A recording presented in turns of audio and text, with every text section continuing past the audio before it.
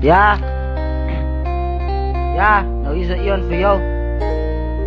Ja, het heeft mijn tijd gevat om te verstaan hoe die lieve week. Ik was zoals het 6 player, mijn rips alleen kan versteken, het week.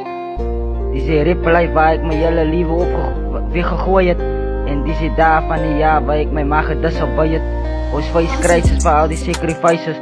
Maar ik zou weken in de rip waar die life was. Maar deze lieve van sis, ik geef maar altijd mijn best. En ons allemaal is pro's en sis. Dat is wat ze leer van die lieve, ik weet ik praat overal van kiss. En stik uit Frans met een mis. Die zijn overpaak in een ossepad, hulle plein is te klap. En die kans is een rip life, sacrifice in spat. Die kans is een rip life, sacrifice in spat.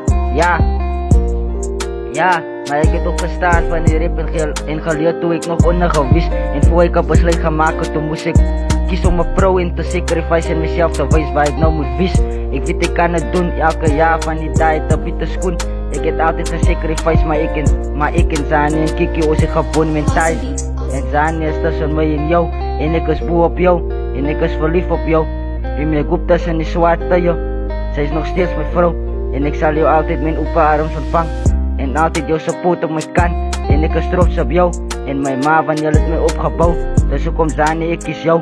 En dus ook om steeds zoek maar iets, zij kan leren, die is. Steeds zoek iets, zij kan leren, die is. Ik is rich goud, noem ik jou van 7-6. Want voor die rip life, ik zal sacrifice en voor die sis. Ik geef maar altijd mijn best. Ja, ik geef maar altijd mijn best. Ja,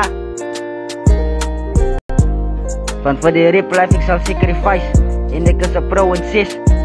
Zo, dat is een rip life en sacrifice. Zo, ik geef maar altijd mijn best. Ja, ja, ik geef altijd mijn best. Damn it, like damn it.